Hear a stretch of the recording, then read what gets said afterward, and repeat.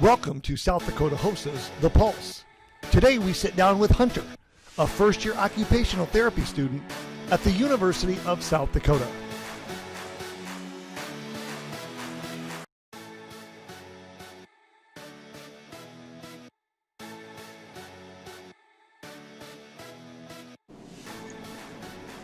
I'm Hunter. I grew up in Watertown, South Dakota. I'm a first-year occupational therapy student, and after doing some research into the healthcare field, I knew I wanted to go into healthcare after I graduated high school. I didn't know exactly which avenue I wanted to do, but I always found passions in exercise and things related to that such. So as I transitioned to a first-year college student, I learned about physical therapy and occupational therapy.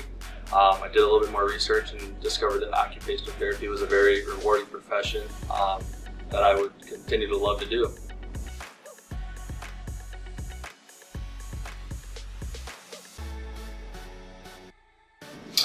I chose the University of South Dakota's occupational therapy program for a couple various reasons. First and foremost, in the region we're kind of limited as far as how many occupational therapy programs there are. There's not very many, so USD definitely stood out as one of my prime candidates. They have a great program here, they had great facilities here. The cost of tuition was low, being that I'm from South Dakota and live in-state. So those are some big factors that led me to choose this program here.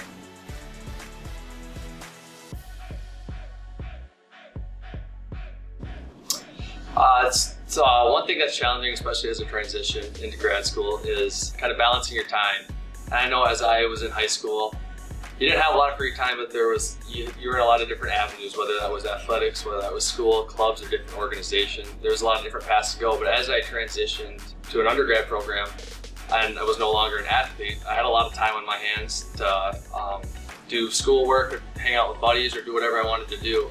But then eventually, as you transition into grad school, the workload becomes very intense compared to what it was in high school and undergrad. So a big important thing that I needed to do was kind of work on my organizational skills, get a calendar and put everything that I have to do on a calendar done for that week or for that month. That way I stay organized, I don't miss deadlines, I stay focused and stay on task.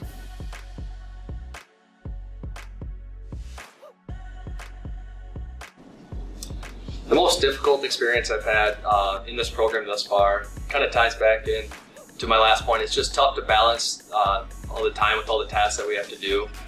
You still want to find time to do things that you enjoy, such as working out or hanging out with friends. You really have to prioritize your time and still give yourself time to get your assignments and whatever work you need to get done.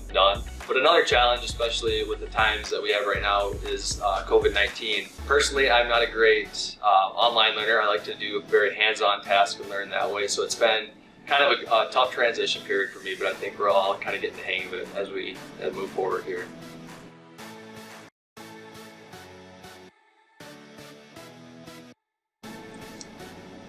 So some tips that I would give to high school students who maybe want to pursue a career in healthcare.